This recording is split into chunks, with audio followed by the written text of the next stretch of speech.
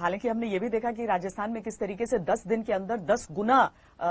मनरेगा में एनरोलमेंट जो है वो बढ़ गया और कैसे 11 लाख लोगों को अभी रोजगार मिल रहा है, रोज का रोज वो कुछ न कुछ कर रहे हैं। इस सब के बीच 20 अप्रैल की वो तारीख भी थी जब कुछ रियायतें दी गई थी कि इंडस्ट्रीज एक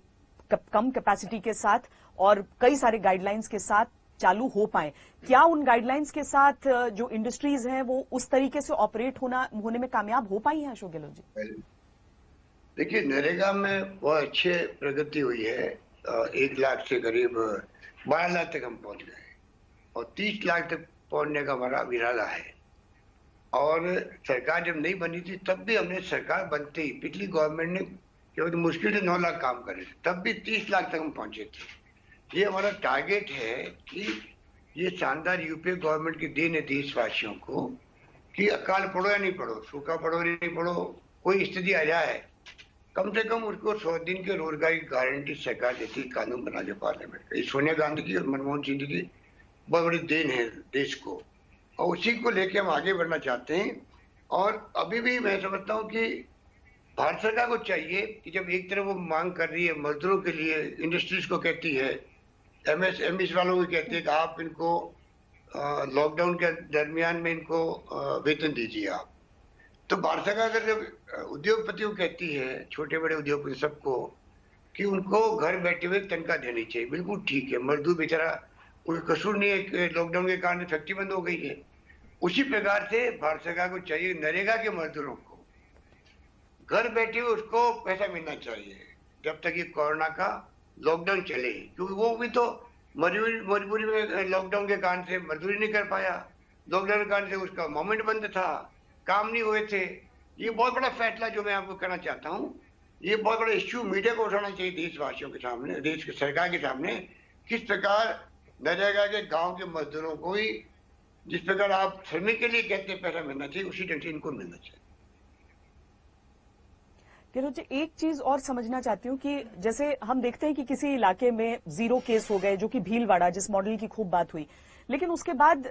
वहां पर केसेस आने शुरू हो गए दोबारा। ये किस तरीके से हो पा रहा है और क्या इससे एक डर भी बैठता है कि कल के दिन में जब रेड जोन ऑरेंज से ग्रीन होने के बाद अगर खोले जाएं तो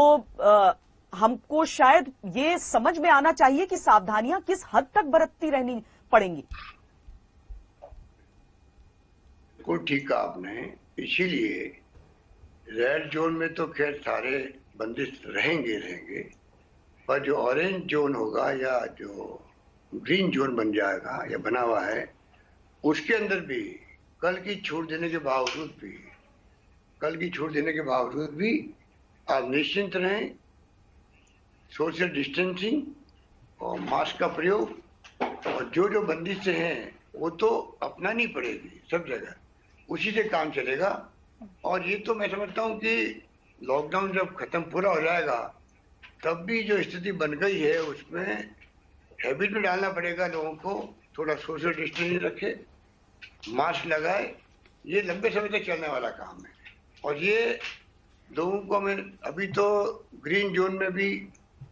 और ऑरेंज जोन में भी हम उसको मॉनिटरिंग करवा रहे हैं। कल ही हमने मीटिंग करी है, तय किया है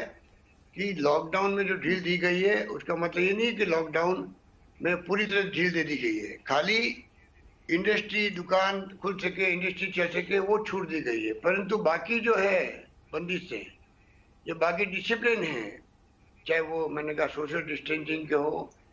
चाहे हम लोग ने यहाँ तक किया भाई कि जो पान और जर्दा और गुटखे खाते रहते हैं, थूकते रहते हैं, वो भी कोरोना फैलाने का कारण बन सकता है, उसमें भी भारत सरकार ने रोक लगा रखी है। इन तमाम बातों का मास्क लगाने का, ये तमाम मॉनिटरिंग भी करना पड़ेगा हम लोगों के साथ साथ में, क्योंकि ये इतनी खतरनाक महामारी है